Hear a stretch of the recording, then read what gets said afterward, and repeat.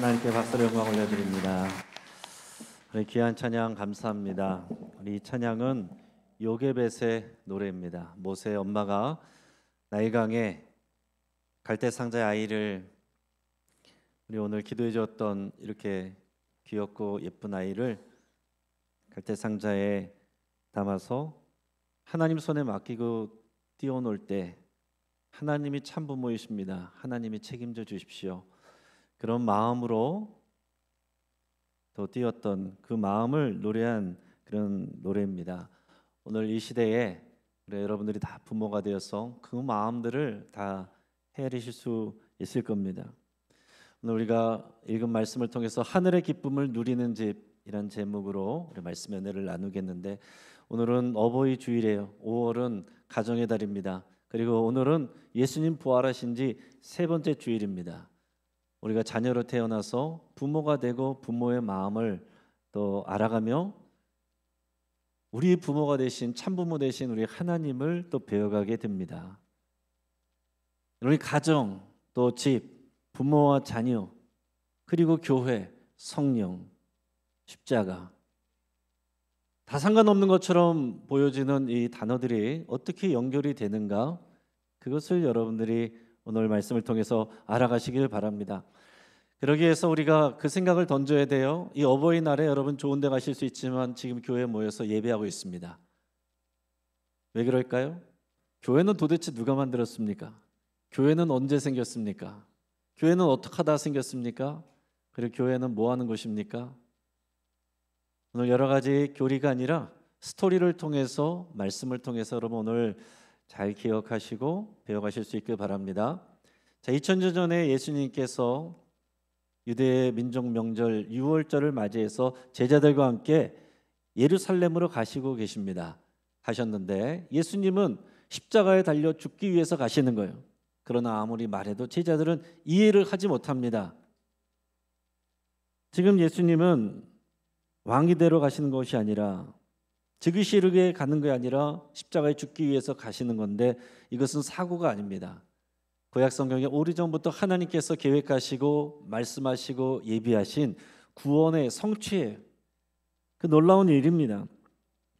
이 6월절에 간다는 거, 그게 다 의미가 있는 것입니다. 아무 때나 이렇게 일하는 게 아니고 그 의미에 맞춰서 예수님이 다 움직이시는데, 6월절에 올라가셨다. 이 6월절의 의미가 무엇인지 여러분 대부분 다 아실 겁니다.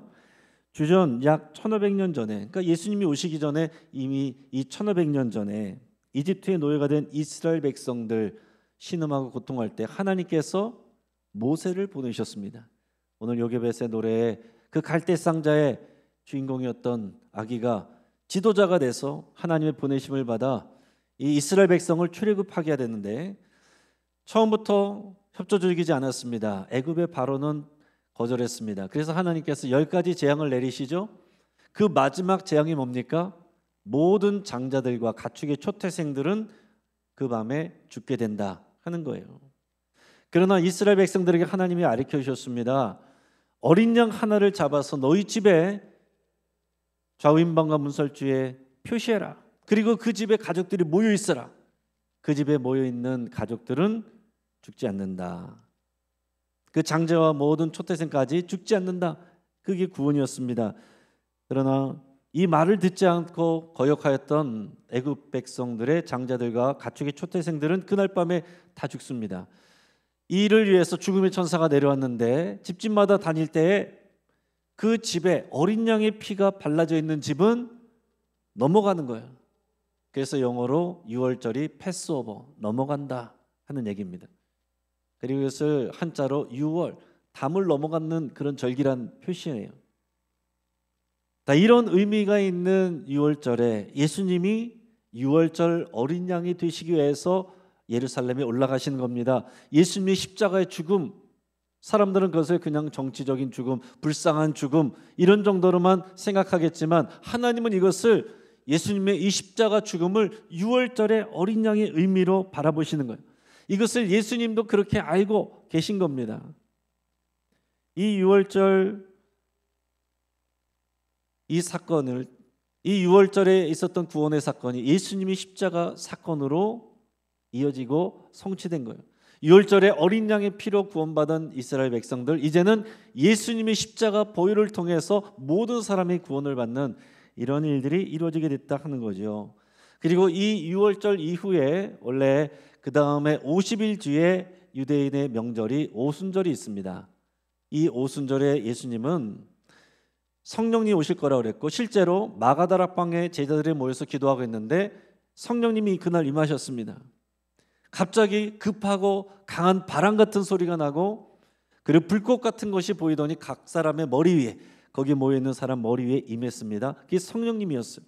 그래서 거기 있는 사람들은 다 성령 충만함을 받았습니다. 성령 충만함을 받으니까 어떻게 됐냐면, 숨어 지내던 사람들이, 무서워서 숨어 지내던 사람들이 담대해졌습니다. 뜨거워졌습니다. 그리고 바깥으로 길거리로 나와서 그들이 예수님을 증언하는 거예요. 근데 여기서 놀라운 일이 있는데, 그게 또 뭐냐면 이들이 일시적인 방언을 받았다는 거예요. 근데 지금 우리가 하는 그런 방언들하고는 다릅니다. 지금 우리가 보통 이제 성도님들이 기도하다가 받는 방언은 하늘의 언어이고 우리가 이해할 수 없는 그런 언어예요. 그런 하나님이 알아들으시는 그런 이제 하늘의 언어인데, 이것은 이 성도들의 개인의 영적인 유익을 위해서 하나님이 선물로 주시는 겁니다. 근데 이때 주신 방언은 실제적인 언어였어요. 여러 지역의 언어. 그때부터 그 언어를 계속 하게 된 것이 아니라 일시적으로 그런 일들이 가능해졌다 하는 말입니다. 그 내용을 오늘 사도행전 2장 앞부분에서 다루고 있는데, 세번역 말씀으로 1절에서 12절까지 말씀을 여러분 스토리를 한번 생각하면서 장면을 상상하면서 한번 같이 읽어보겠습니다. 오순절이 되어서 그들은 모두 한 곳에 모여 있었다. 그때 갑자기 하늘에서 세찬 바람이 부는 듯한 소리가 나더니 그들이 앉아있는 온 집안을 가득 채웠다.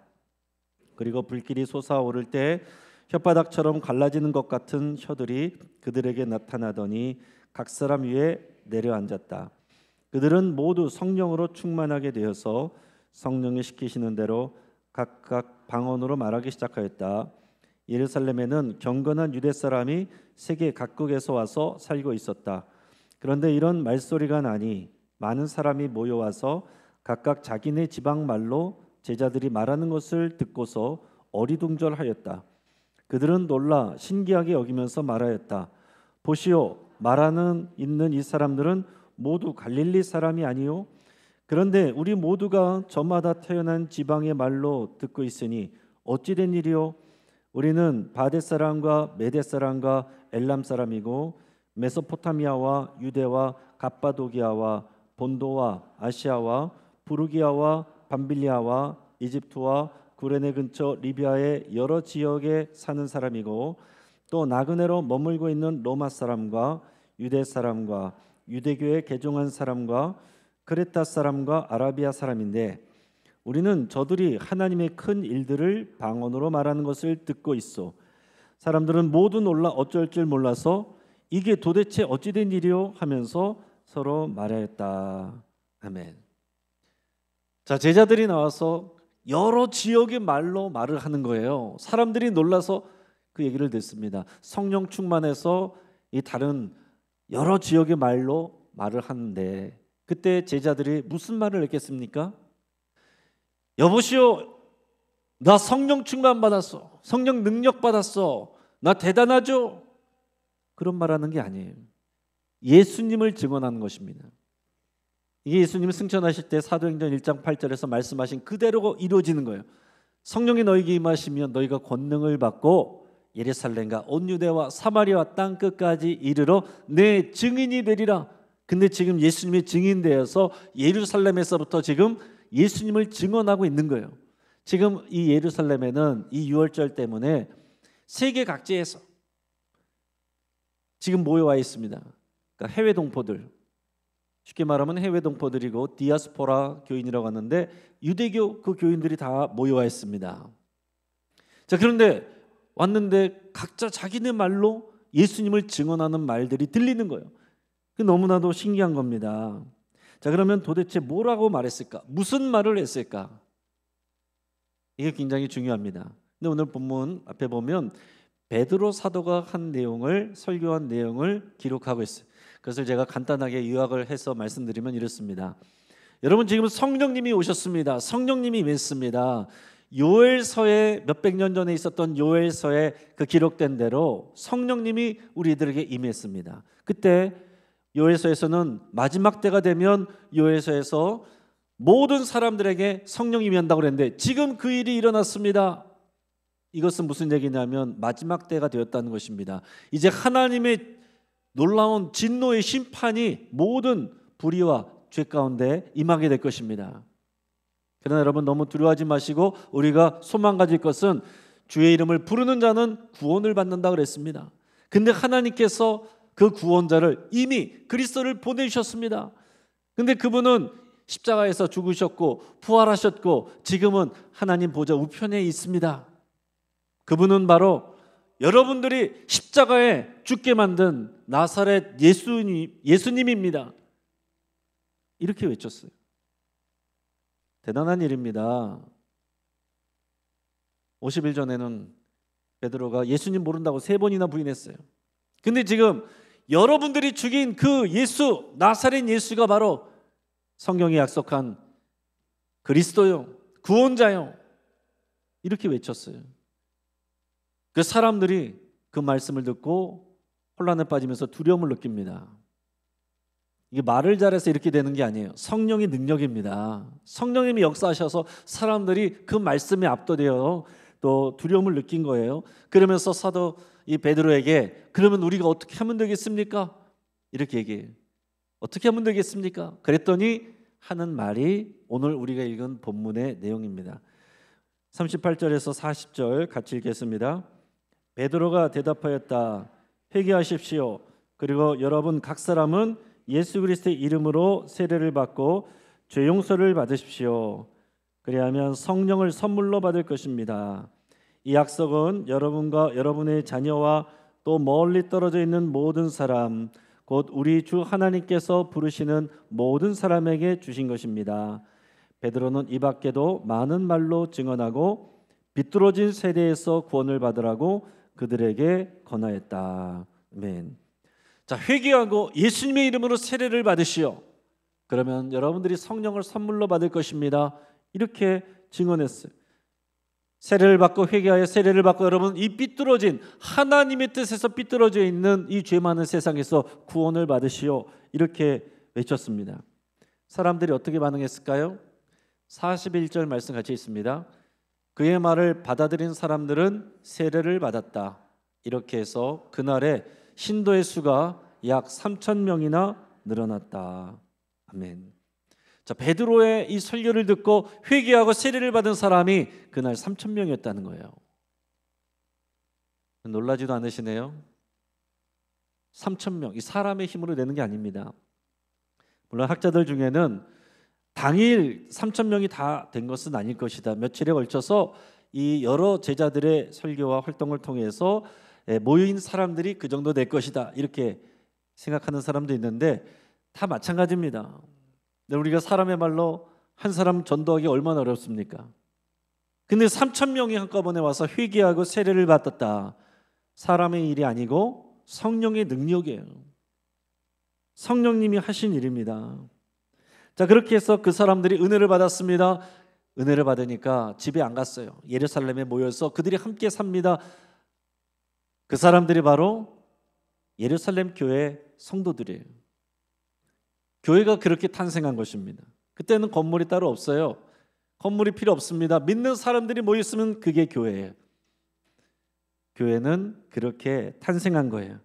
이 초대교회에서 그러면 이 사람들이 집에 안 가고 뭐 했느냐?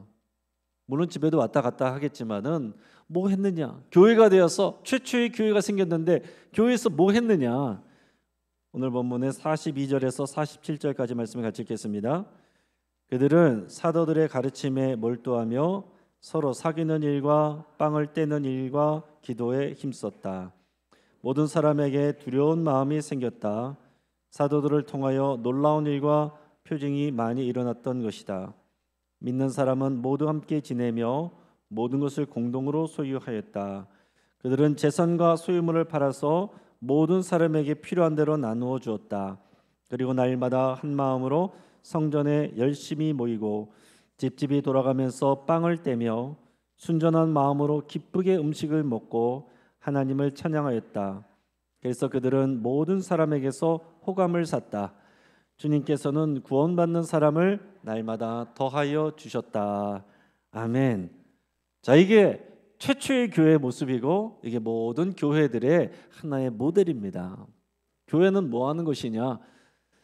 자, 이것을 5가지로 요약을 해드릴 수 있겠는데요. 첫째는 이 교회가 된 사람들이 사도들의 가르침에 몰두했다. 말씀을 배우는 거예요. 복음을 듣는 것입니다. 사도들의 간증을 듣는 게 아니라 예수님 이야기, 예수님의 말씀을 듣는 거예요. 예수님은 누구시고 무슨 일을 하셨고 어떤 말씀을 하셨는가, 그걸 늘 배우는 겁니다. 두 번째로 서로 사귀는 일과 빵을 떼는 일과 기도에 힘썼다. 서로 성도 간에 교제합니다. 함께 빵을 뗀다는 것은 식사를 한다는 거예요. 식사를 한다는 것은 무슨 얘기예요? 식구가 됐다는 얘기입니다. 교회는요, 영적인 가족이고 하나님의 집이고 성도들은 확장된 가족입니다. 같이 밥을 먹는 식구가 된 거예요. 그리고 세 번째로 성도들은 하나님을 두려워할 줄 알았다. 왜냐하면 하나님의 역사가 계속 나타나니까 정말 하나님이 살아계시네, 두려워하는 마음이 생겼다는 거예요. 이거는 경건한 두려움 말하는 것입니다. 하나님을 경외한다고 표현할 때 이것은 경건한 두려움이에요. 여러분, 이 경건한 두려움이 없으면 어떻게 됩니까? 하나님 우습게 알아요. 내 마음대로 살면서도 무서운 줄 모르고 살아요. 하나님 앞에 경건한 두려움을 갖고 사는 것, 이게 건강한 신앙인의 모습이거든요. 자, 네 번째로 그들은 함께 지내며 모든 것을 공동으로 소유했다. 세상이 절대 이해할 수 없는 일입니다. 함께 지내면서 자기 재산을 다 팔아 함께 나눠 쓴다는 것입니다. 이게 어떻게 가능해요?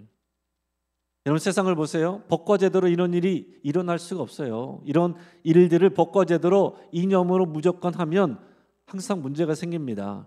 자, 모두가 다 평등하기 위해서 가진 자들의 것을 다 뺏어서 모두에게 똑같이 나눠준다. 그럼 가진 사람들이 억울하게 되죠. 열심히 일했던 사람들이 억울하게 되죠. 자, 그런데 그냥 각자에게 맡긴다. 그럼 부자는 계속 부자가 되고 가난한 사람은 더 가난해져요. 그럼 점점 불만이 생기고 폭동이 생기고 혁명이 일어나고 나라가 뒤집어집니다. 근데 능력 있는 사람은 벌어오고 필요한 사람들이 모두가 같이 나눠 쓰는 이런 일들이 어디서 일어날 수 있습니까? 집에서, 가정에선 그게 가능하죠. 부모님들이 열심히 벌어왔는데 자녀들이 써요. 부모님들이 힘들어서 집을 샀는데 자녀들이 자기 집이래요. 그렇다고 부모님들이 화를 내지 않잖아요. 왜 그렇습니까? 가족이니까, 식구니까. 오늘 이런 역사가 일어난 것은 교회가 또 성도들이 정말로 영적인 가족이 되었기 때문에 이게 가능한 것입니다. 자, 모일 때, 5번째 모일 때 모이기 힘썼다 그랬습니다. 일주일에 한 번씩 교회 가는 정도가 아니에요. 매일 모이는데 그때는 건물이 없으니까요. 낮에는 성전에 모입니다. 많은 수가 한꺼번에 모여서 거기서 찬양도 하고 기도도 하고 말씀도 배웁니다. 그리고 저녁이 되면 다 같이 들어갈 데가 없으니까 이제 구역으로 나누어서 집집마다 돌아가면서 같이 빵을 떼고 밥을 먹으면서 교제했다라는 얘기예요. 그래서 우리가 주일 예배 때는 다 같이 모여서 예배하고 또 각 구역별로 흩어져서 원래는 집집마다 모여서 예배하며 또 식사하며 이 구역 예배가 이 초대교회의 모델을 따라하는 것입니다. 자, 이런 모습이 보면서 세상에서는 볼 수 없는 이런 모습을 보면서 세상에 있는 사람들이 감동을 했다는 거예요. 호감을 갖게 되고 하나님이 정말 계시구나. 그래서 믿는 사람들이 점점 더 많아졌대요. 이것이 우리가 구호로 외치는 성령의 능력으로 부흥하는 교회의 모습입니다. 자, 생각해 보세요. 저녁에 가족들끼리만 모이는 것이 아니라 여러 가정들이 모입니다. 거기에는 어르신도 있고 장년도 있고 젊은 또 이제 부부도 있고 청소년 청년들도 어린이도 다 있습니다. 다 같이 모여서 빵을 떼면서 식사를 나누고 자기 삶을 나누고 같이 기도해주고 어려운 것이 있고 필요한 것이 있으면 서로 물질로 도와주기도 하고 이렇게 같이 공동체가 가족으로 살아가는 거예요. 자, 이것처럼 교회는 뭐냐? 교회는 같이 얘기했습니다. 확장된 가정이고 하나님의 집이며 하나님의 가족입니다. 할렐루야. 이것을 기억하십시오. 여러분이 경험한 교회 경험, 여러분이 생각하는 교회, 그 내려놓으셔야 되고, 성경이 가르쳐주고 역사로 보여주는 이 교회를 마음에 품으셔야 돼요. 그런 교회를 찾아다니는 게 아니라 우리가 그런 교회가 되어가는 것입니다. 할렐루야. 이 교회 성도들이 모여서 정말 교제하고 사랑하고 돕는 하나님의 집 교회가 됐어요. 따라서요, 이 교회 어른들도 또 교회 젊은이들도 가족이 되는 것입니다. 우리가 또 필요에 따라서 세대별로 교육을 나눠서 하기도 하고 모임도 교제도 하지만 결국 우리는 다양한 세대가 전체가 같이 모여서 예배도 하고 교제도 하는 건강한 교회, 건강한 가족이 돼야 돼. 그래서 우리는 또 매달 한 번씩 금요일마다 전세대 연합 찬양 기도회를 하는 겁니다. 아이고 나는 뭐 안 맞아. 세대가 하나됨을 우리가 누리기 위해서는 서로가 맞춰주는 거죠. 그 6월 1일 우리 교회 설립 감사주일 예배 때는 우리 이산부 때 우리가 전세대 연합 예배로 함께 드릴 겁니다. 연합 예배하면 불편한 것들이 있어요. 소란스러울 수도 있습니다. 그러나 그게 아름다운 하나님의 나라 또 교회의 모습이거든요. 그러니까 우리 교회는 우리 어른들과 또 젊은이들과 어린이들이 다 같이 모여있는 그런 곳입니다. 이 교회가 아름다운 가정이 돼야 되고 가정은 또 교회가 돼야 돼요. 그래서 교회에서 어른들은 그 가정만의 어른이 아니라 모든 교인들, 젊은이들의 어른들이 되고 젊은이들은 또 모든 분들의 또 자녀와 같이 돼야 됩니다. 그러니까 자녀들은 또 이 젊은 세대들은 어른들을 공경할 수 있어야 되고 어른들은 그렇게 존경과 또 공경을 받을 수 있을 믿음의 모델이 되어야 됩니다. 예수님의 거울이 되어야 돼요. 그래서 어버이 주일에 우리가 공경받는 것도 중요하지만 우리가 예수님을 비춰주는 좋은 영적 어버이가 되는 게 참 중요합니다. 또 그런 면에서 제가 한 글을 읽었는데 제목이 이런 글이었어요. 나이 들수록 가장 없어 보이는 행동. 그래서 우리가 이 글을 한번 나누고자 하는데 반면교사로 우리가 같이 삼을 수 있기를 바랍니다. 나이 들수록 가장 없어 보이는 행동이 뭐냐? 첫째는 자랑이 섞인 말을 습관처럼 한다 그랬습니다. 만나면 나 때는 말이야. 그리고 내가 누구도 알고 이런 말로 만나면 자랑이 섞인 말을 많이 한다. 습관처럼 한다. 두 번째, 자기 경험을 기준 삼아 남을 훈계한다. 세상은 변했는데 이 과거의 기준으로 자꾸 말하고 판단하고 조언하려 드는 태도는 꼰대로 불리게 된다 하는 얘기예요. 조언이란 것은 상대가 원할 때 해야 빛이 나는 것이지 원하지 않는데 자꾸 하는 것은 조언하는 것은 또 내가 이랬어 그때는 이랬어 하는 것은 오히려 공감도 되지 않고 설득도 되지 않고 피로감이 쌓이게 한다 하는 얘기입니다. 세 번째, 남의 일을 지나치게 간섭한다 그랬어요. 가까운 사이일수록 우리가 간섭하기가 쉽습니다. 그러나 그것도 마찬가지로 관심이 아니라 오히려 그게 통제로 느껴질 수 있습니다. 나이가 들어도요 오히려 어린 사람들에게도 그 의견과 그 문화를 존중할 수 있어야 돼요. 이게 성숙한 어른들의 모습입니다. 자, 예수님은 어린이도 존중하셨고 예수님을 팔려고 하는 가룟 유다의 선택도 존중하셨습니다. 자, 그리고 네 번째는 자신의 약점은 감추고 남의 실수는 부풀린다 그랬습니다. 내가 실수하면 다 이유가 있는 것이고 누구 때문이고 상황 때문이고 사람 때문이고 남이 실패한 거는 그 사람이 못난 것이고 나쁜 것이고 그것을 오래오래 기억하고 그것을 여러 사람들에게 얘기하는 것, 그것은 나이와 관계없이 품이 없음으로 느껴질 수밖에 없다 하는 얘기예요. 인정할 줄 알고 또 가볍게 넘겨줄 줄 아는 여유가 없으면 결국 자기 무게를 깎아먹는다. 이렇게 써놨습니다. 다섯 번째, 예의 없는 농담을 친해서 그런 거야 라고 포장한다 그랬습니다. 여러분, 친하고 가까운 사이일수록 더 선을 지키고 예의를 지켜줘야 됩니다. 친한 사람들끼리 싸워요. 문제가 생깁니다. 우리 교회는 3세대에서 4세대까지 모여있는 교회인데 더 존중해 주셔야 돼요. 왜 그러게 해야 됩니까? 교회는 하나님의 집이기 때문에, 우리 모두가 영적인 식구이기 때문에 그렇습니다. 자, 예수님이 부활하셔서 이후에 성령님이 임하신 다음에 교회가 생겼다고 그랬습니다. 성령 충만함을 받은 그리스도인들은 뭘 했다고요? 크게 세 가지입니다. 하나는 주의 말씀을 전했고요. 그리고 서로 사랑하고 교제했습니다. 그리고 마지막 세 번째는 사람들을 섬겼어요. 세상 사람들을 섬겼습니다. 세상의 소금과 빛이 되라고 하셨기 때문에 세상을 섬기는 하나님의 집으로 살았단 말이에요.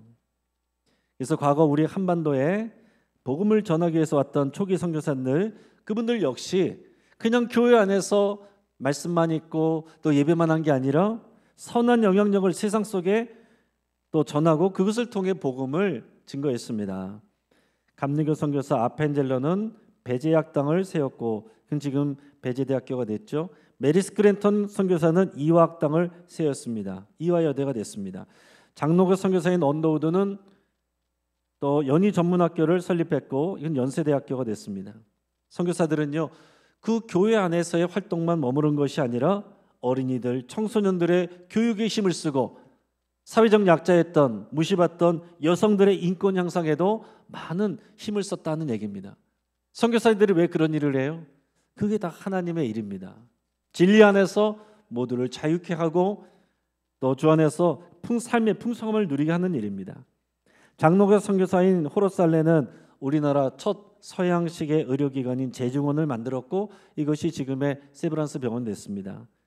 올리버 에비슨 선교사는 세브란스 의학 전문학교를 통해서 의사들을 많이 배출했습니다. 그뿐만 아니라 선교사들을 통해서 복음을 접한 그리스도인들은 우리 백성들의 지도자가 많이 됐습니다. 그래서 우리가 잘 아는 것처럼 3.1절 때 이 민족 독립의 그 33인 이 민족 대표 중에 개신교 리더들이 16명이었어요. 그 당시에 이 기독교 인구가 전체에서 1.5%밖에 되지 않는 때였습니다. 근데 민족 대표 중에 절반이 크리스찬이었다는 거죠. 오늘날에도요, 이 기독교 봉사단체들이 활발하게 활동하고 있습니다. 대표적인 것은 한국교회 봉사단, 또 미랄복지대단, 또 월드비전, 컴패션 뭐 이런 단체들 그 외에도 많이 있습니다. 그리고 각 교회마다도 많이 하고 있습니다. 이거를 오른손이 하는 것을 왼손이 모르게 하라고 그래서 또 조용히 하다 보니까 또 언론에 노출이 잘 안 돼서 그렇지, 그러면 우리 대한민국 사회에서 이 복지 사역의 거의 대부분은 개신교회가 하고 있어요. 우리 영신교회도 마찬가지입니다. 우리 영신교회는 50년 전에 우리 최규철 원로 목사님이 지역을 섬기는 복지 목회 철학으로 설립한 그런 교회입니다. 그래서 힘들어도 많은 분들이 애쓰고 수고해서 지금도 사랑의 건강식으로 또 격주로 200가정을 돕고 있습니다. 이 지역의 독거노인들, 어려우신 분들, 그분들에게 사랑의 건강식을 반찬을 정성스럽게 만들어서 보내고 있어요. 이 지역의 이복지관 또 육복지관 우리가 같이 협력해서 같이 사역을 하고 있습니다. 여러분들이 내시는 사랑의 건강식 헌금이 이 지역 사회의 독거노인들, 어려운 이웃들에게 그대로 사랑의 반찬으로 나가고 있는 거예요. 또 신년 떡국 행사나 이번 수요일에 시작하는 늘푸른 대학교나 굳이 교회가 뭐하러 그런 일들을 합니까? 지역사회를 섬기는 거예요. 그리고 길꽃 어린이 도서관, 우장산 숲속 도서관, 강서 시니어클럽 등 위탁받아서 운영하고 있습니다. 돈도 많이 들어가죠. 에너지도 들어갑니다. 왜 그렇게 합니까? 그 에너지와 그 돈 가지고 다른 것들 하면은 교회가 더 부흥할 수 있을 것 같은데, 그게 여러분 교회이기 때문에 그런 것입니다. 주의 말씀을 증언하고 서로 교제하며 세상을 섬기는 것을 통해 세상이 살아계신 하나님을 보는 거예요. 이제 말씀을 정리합니다. 사랑하는 여러분, 부활하신 예수님이 말씀하신 대로 성령님이 임하시면서 교회가 탄생했어요. 성령 충만함을 받은 그리스도인들을 통해서 그들은 예수님의 증인이 되고 서로 사랑하고 교제하고 그리고 세상을 섬겼습니다. 이게 우리 교회고요. 교회가 하는 일들이고 저와 여러분들의 모습이어야 되는 것입니다. 그러니까 여러분 개인적으로 여러분 누군가를 전도하기 위해서는 먼저 진정성 있게 그분을 사랑하고 그분을 위해서 기도하고 그분들을 섬기기 시작하시길 바랍니다. 가정 안에서 우리 자녀들이 잘 되기를 바라면 말로만이 아니라 여러분들의 말과 행동을 예수님처럼 해서 자녀들에게 보여줄 수 있기를 바랍니다. 또 하늘의 기쁨을 누리는 우리 좋은 교회를 원한다면 우리 성령의 도우심을 받아 우리가 서로가 먼저 예수님을 닮아가고 서로 사랑하고 교제하고 함께 식사를 하고 같이 기도하고 서로를 섬기는 일에 힘쓰기를 바랍니다. 누가 만들어주는 게 아니에요. 우리가 교회이기 때문에 우리가 만들어 가는 것입니다. 더 나아가서 이 지역과 세상에 선한 영향력을 미칠 수 있도록 우리 교회 설립 철학에 맞춰서 교회 질서에 맞춰 여러분 다 같이 협력하여 주시기를 당부합니다. 그래서 하늘의 기쁨을 누리는 이 건강한 하나님의 집이 되시고 누리시기를 주의 이름으로 축복합니다. 같이 한번